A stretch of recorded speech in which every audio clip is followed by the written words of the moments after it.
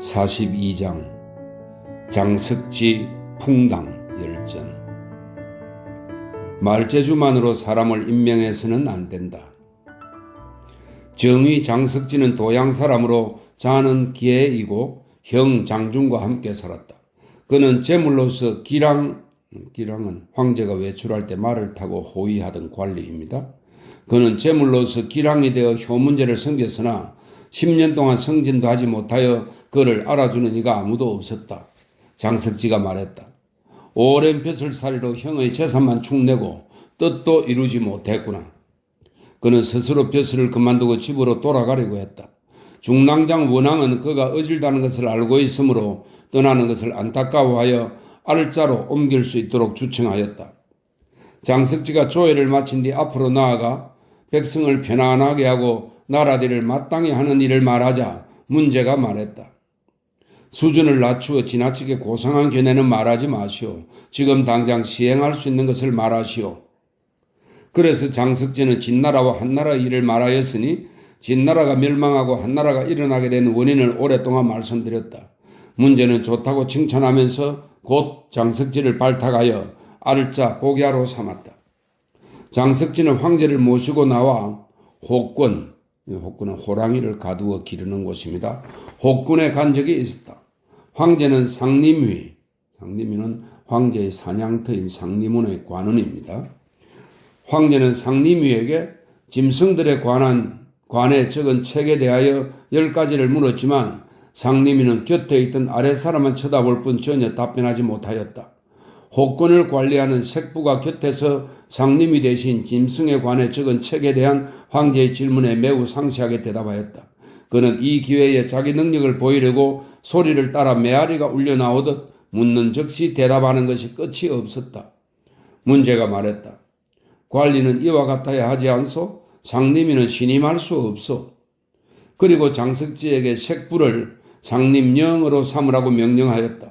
그러나 장석지는 한참 생각하다가 앞으로 나와 말했다. 폐하께서는 강우 주발을 어떤 인물로 생각하십니까? 황상이 대답했다. 장자요. 또다시 물었다. 동량후 장상인은 어떤 인물입니까? 황상은 다시 이렇게 대답했다.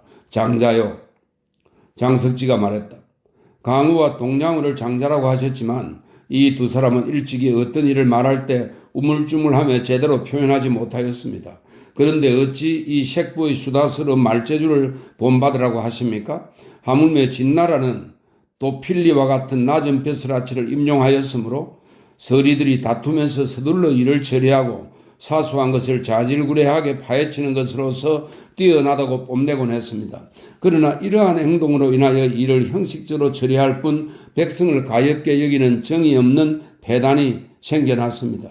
그래서 황제는 잘못을 지정해주는 말을 들을 수 없었고 나라는 나날이 쇠퇴해 이세 황제에 이르러 천하는 흙더미가 무너지듯 허물어지고 말았습니다. 지금 황제께서는 색부의 말 주변을 높이 사서 파격적으로 승진시키려고 하시는데 시인은 천하 사람들이 바람 따라 휩쓸리듯 말재주에만 지나치게 힘써 다투고 실제적인 이익을 꾀하지 않을까 염려됩니다. 또 아랫사람이 윗사람을 본받는 것은 그림자가 형체를 따르고 메아리가 소리에 답하는 것보다 빠릅니다. 이 때문에 폐하께서는 임용하거나 임용하지 않을 때 신중하게 하시지 않으면 안 됩니다. 문제가 말했다. 옳은 말이요. 그러고는 색부를 등용하려던 것을 그만두었다. 황제는 수레에 오르자 장석지를 불러 곁에 타도록 한 뒤 천천히 가면서 진나라의 병폐를 물었고 장석지는 있는 그대로 모두 말하였다. 궁궐에 이르자 황상은 장석지를 높여 공거령으로 삼았다. 그로부터 얼마 뒤에 태자와 양나라 왕이 함께 수레를 타고 궁궐로 들어오면서 사마문, 궁궐 밖의 문입니다. 사마문에서 내리지 않았으므로 장석지가 뒤쫓아가서 태자와 양나라 왕을 멈춰 세우고 궁궐문으로 들어가지 못하게 했다. 그러고는 그 두 사람이 사마문에서 내리지 않은 것은 불경죄라고 탄핵하며 위에 아래였다. 이 일이 박태우의 귀에까지 들어갔으므로 문제는 관을 벗고 사죄하며 말했다. 자식을 엄하게 가르치지 못한 탓입니다. 박태우가 사자에게 조서를 받들고 가서 태자와 양나라 왕의 죄를 용서하도록 한 뒤에야 두 사람은 궁궐로 들어올 수 있었다.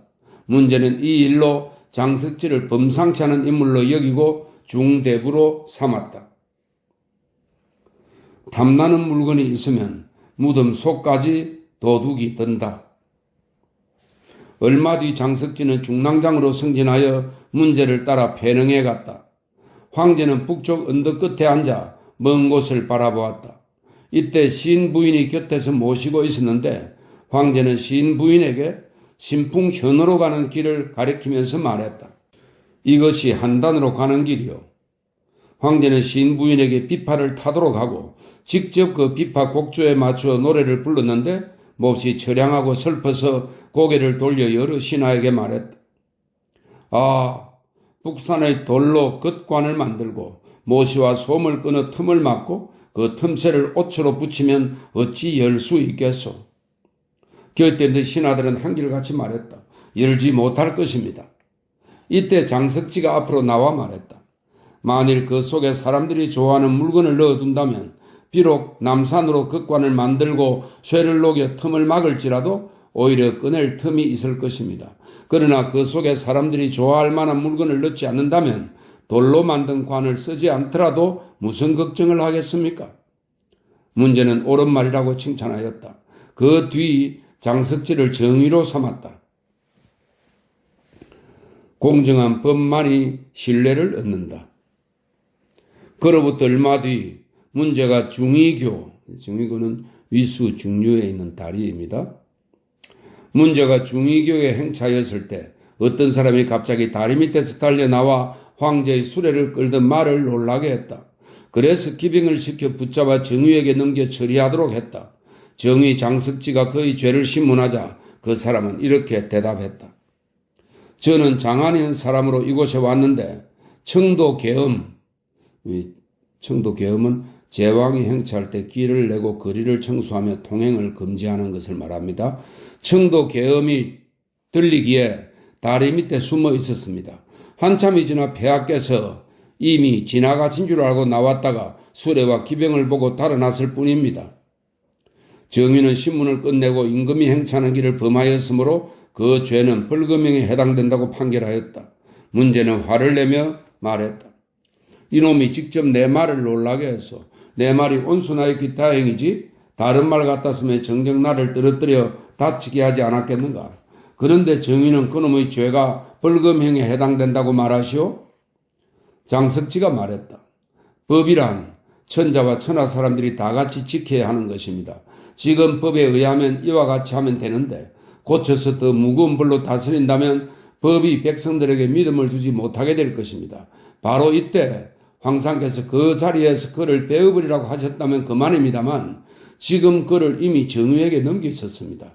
정의는 천하의 법을 공정하게 다스리는 자인데 한쪽으로 기울면 천하의 법을 집행하는 사람들이 다 제각기 법을 무겁게도 하고 가볍게도 할 것입니다.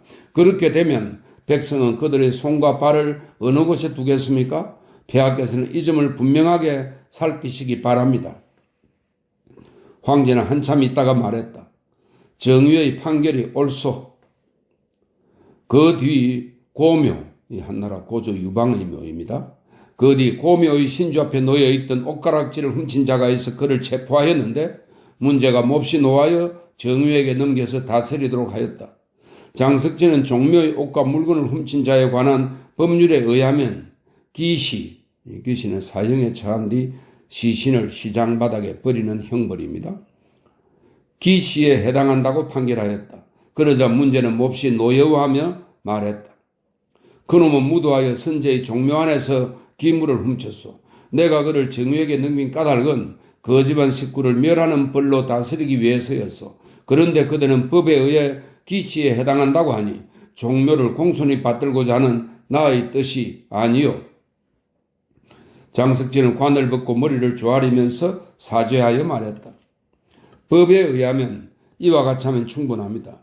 죄는 같아도 무겁고 가벼운 정도에 따라 차이가 있어야 합니다. 지금 종묘의 기물을 훔쳤다고 하여 집안을 멸한다면 만에 하나 어리석은 백성이 장능 한나라 고조 유방의 능묘입니다.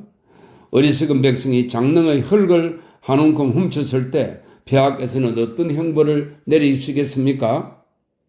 한참 생각하더니 문제는 태후와 상의하여 정유의 판결이 타당하다고 비준하였다. 당시 중위 조후 주화부와 양나라 성상 산도후 왕념계는 장석지의 의논이 공평한 것을 보고 친구 관계를 맺었다. 장석지는 이로부터 천하 사람들의 칭송을 들었다. 내 벗은을 메어 주시오. 뒤에 문제가 죽고 경제가 즉위하였다. 장석지는 지난일 때문에 벌을 받을까봐 두려워 병을 핑계로 정의직을 그만두고 떠날까 하였지만 더욱 큰 형벌을 초래할까 겁이 났다. 궁궐로 들어가 사과할까 생각도 해보았지만 아직 결단을 내리지 못하고 있었다. 왕생의 계책을 받아들여 경제를 뵙고 사과하니 경제는 나무라지 않았다. 왕생은 황노의 학문에 뛰어난 처사였다. 그는 일찍이 궁궐로 불려 들어간 적이 있는데 삼공과 구경 대신이 모두 모여 서 있었다. 왕생이란 노인이 말했다. 내 벗은 대님이 풀어졌군. 그러고는 장정위를 돌아보며 말했다. 내 벗은 대님을 메어 주시오. 장석지는 꿇어앉아 벗은을 메어 주었다. 얼마 후에 어떤 사람이 왕생에게 물었다. 어째서 조정에서 장정위에게 꿇어앉아 당신 벗은 대님을 매도록 모욕을 주었습니까? 왕생이 말했다. 나는 늙고 비천하여 아무리 생각해도 장정위에게 보탬이 될 길이 없었소. 장정위는 지금 천하의 명신이므로 나는 잠시 꿇어앉아 내 벗은 대님을 매도록 욕을 보임으로써 그의 명성을 더욱 높여주려고 한 것이요. 공경들은 이 말을 듣고 왕생을 현명하다고 하고 장정위를 존경했다. 장정위는 경제를 섬긴 지 1년 남짓 만에 회남왕의 재상이 되었는데 이것은 전에 경제에게 죄를 지었기 때문이었다. 그로부터 얼마 뒤 장석지는 세상을 떠났다. 그 아들 장진은 자가 장공으로 벼슬이 대부까지 이르렀다가 면직되었다. 그는 당시 권세 있고 지위가 높은 사람을 받아들이려 하지 않았기 때문에 죽을 때까지 벼슬을 하지 않았다. 전쟁은 왕이 아니라 장수가 하는 것이다. 풍당이란 사람의 할아버지는 조나라 사람이다. 아버지 때 대나라로 옮겨와 살다가 한나라가 일어난 뒤에 안능으로 옮겨 살았다. 풍당은 효행으로 이름이 났으며 중랑서는 상림을 수교하는 관서입니다. 중랑서의 장이 되어 문제를 섬겼다. 문제가 수레를 타고 중랑관서를 지나다가 풍당에게 물었다. 노인장께서는 어떻게 난관이 되었소? 집은 어디에 있소? 풍당이 사실대로 모두 말하자 문제는 말했다. 내가 대나라에 있을 때 내 상식감은 음식물을 관리하는 것을 말합니다. 내 상식감 고근은 나에게 조나라 장수 이제가 어진 사람이라고 여러 차례 칭찬하고 거록 아래에서 싸운 이야기를 들려주었소. 지금도 나는 밥을 먹을 때마다 이제가 거록에서 싸우던 일을 생각하지 않은 적이 없소. 노인장께서는 이제라는 사람을 아시오? 풍당이 대답했다. 그는 연파와 이목만한 장수는 전혀 아니었습니다. 황제가 물었다. 왜 그렇소? 풍당이 대답했다. 신의 할아버지는 조나라에 있을 때 병사 100명을 거느리는 장수여서 이목과 아주 친했고 신의 아버지는 대나라 왕의 재상을 지낼 때 조나라 장수 이제와 사이가 좋았으므로 그의 사람됨을 압니다. 황제는 연파와 이목의 사람됨이 훌륭하다는 말을 듣자 매우 기뻐하며 허벅지를 치면서 말했다. 아, 나는 어째서 연파와 이목 같은 사람을 얻지 못했는가? 내가 그들 같은 사람을 장수로 삼았다면 어찌 내가 흉노를 근심하겠소? 풍당이 말했다. 황공하옵니다. 폐하께서는 연파나 이목을 얻더라도 등용하실 수 없을 것입니다. 황제는 노여워하며 일어나 궁궐로 들어가더니 한참 뒤에 풍당을 불러들여 꾸짖었다. 그대는 어찌하여 많은 사람 앞에서 나를 모욕하였소? 어찌 조용한 곳이 없었겠소? 풍당은 사죄하며 말했다. 소인이 미천하여 미처 가릴 줄을 몰랐습니다. 당시 흉노가 조나현으로 크게 쳐들어와 복지의 도위 소낭을 주겠다. 문제는 흉노가 쳐들어올 것으로 생각하고 마침내 다시 풍당에게 물었다. 그대는 내가 연파와 이목을 쓸 수 없다는 것을 어떻게 알았소? 풍당이 대답했다. 신이 듣건대 옛날 왕은 장수를 싸움터로 보낼 때 꿇어앉아 수레바퀴를 밀어주면서 궁궐 안의 일은 내가 처리할 테니 궁궐 밖의 일은 장군이 통제하시오라고 말하고, 군공과 자기와 상은 모두 궁궐 밖에서 결정하고 돌아와서 아뢰도록 했다고 합니다. 이것은 빈말이 아닙니다. 신의 할아버지 말씀에 따르면 이목은 조나라 장수로 변경을 지킬 때 군수에서 거둔 조세를 모두 마음대로 사용하여 병사들을 대접하는 데 썼으며, 상을 주는 것은 궁궐 밖에서 결정하고 조정은 관여하지 않았다고 합니다. 조정에서는 그에게 맡겨 책임지고 공을 이루도록 하였으므로 이목은 자기 지혜와 재능을 다 발휘할 수 있었습니다. 선발된 수레 1300성, 활쏘는 기병 1만 3천명, 싸워 백금을 상으로 받을 만한 정예병사 10만 명을 보냈습니다. 이 군대로 북쪽으로는 선우를 내쫓고 동호를 물리치고 담림을 멸망시켰으며, 서쪽으로는 강한 진나라를 누르고 남쪽으로는 한나라와 위나라를 막아냈습니다. 당시에 조나라는 그의 천하의 우두머리가 될 뻔했습니다. 그 뒤 조나라 왕 천이 즉위하였는데 그 어머니는 길거리에서 노래를 부르며 돈을 벌던 여자였습니다. 조나라 왕 천이 즉위하자 곽계의 잠소만을 받아들여 마침내 이목을 죽이고 안치로 그를 대신하게 하였습니다. 이 때문에 군대는 싸움에서 지고 달아났으며 조나라 왕은 진나라에 사로잡히고 나라는 멸망하였습니다. 지금 신이 듣건대 위상은 운중태수로 있을 때 군중에 둔 교역시장에서 거둔 세금으로 병사들을 배불리 먹이고 자신에게 지급되는 수당으로 닷새마다 한 차례씩 소를 잡아 빈객과 굴리와 사인들을 먹였으므로 흉노는 멀리 숨어 운중 요새는 가까이 오지 못했다고 합니다. 흉노가 한 차례 쳐들어온 적이 있는데 위상이 그 길을 이끌고 쳐서 많은 적군을 죽였다고 합니다. 위상의 병사들은 모두 평민자식으로 밭을 갈다가 군사가 되었는데 어떻게 척적, 오부 같은 군법을 알겠습니까? 하루 종일 힘껏 싸워서 적의 머리를 빼고 포로를 잡아 상부의 전공을 보고할 때 한마디라도 서로 맞지 않으면 물리들이 법에 따라 제재를 가했습니다. 공이 있는 자들은 상을 받을 수 없고 물리가 받드는 법은 반드시 신용을 얻었습니다. 신의 어리석은 생각으로는 폐하의 법이 지나치게 엄격해서 상 주는 데는 몹시 인색하고 벌 주는 데는 너무 무겁습니다. 하물며 운중태수 위상이 상부의 전공을 보고할 때 적군의 목을 벤 숫자가 6이 차이 난다고 하여 폐하께서는 그를 형내에게 넘겨 직위를 박탈하고 징역에 처하셨습니다. 이와 같은 것으로 미루어 볼 때 폐하께서는 연파나 이목을 얻더라도 등용하실 수 없을 것입니다. 신은 진실로 어리석어 거슬리는 말씀을 올렸으니 죽을 죄를 지었습니다. 죽을 죄를 지었습니다. 문제는 기뻐하였다. 그날로 풍당을 시켜 부주를 가지고 가서 위상을 풀어주어 다시 운중태수로 삼고 아울러 풍당을 거기 도위로 삼아 중위와 각군과 국의 전차부대를 주관하도록 하였다. 한나라 효문제 후원 7년 경제가 즉위하여 풍당을 초나라 재상에 임명하였으나 얼마 되지 않아 면직되었다. 무제가 즉위하자 혈량을 구했는데 풍당도 추천되었다.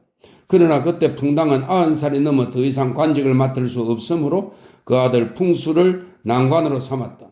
풍수는 자가 왕손이고 그 또한 걸출한 인물로 나와 친한 사이였다. 태사공은 말한다.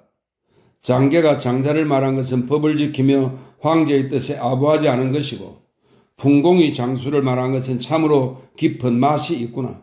깊은 맛이 있구나.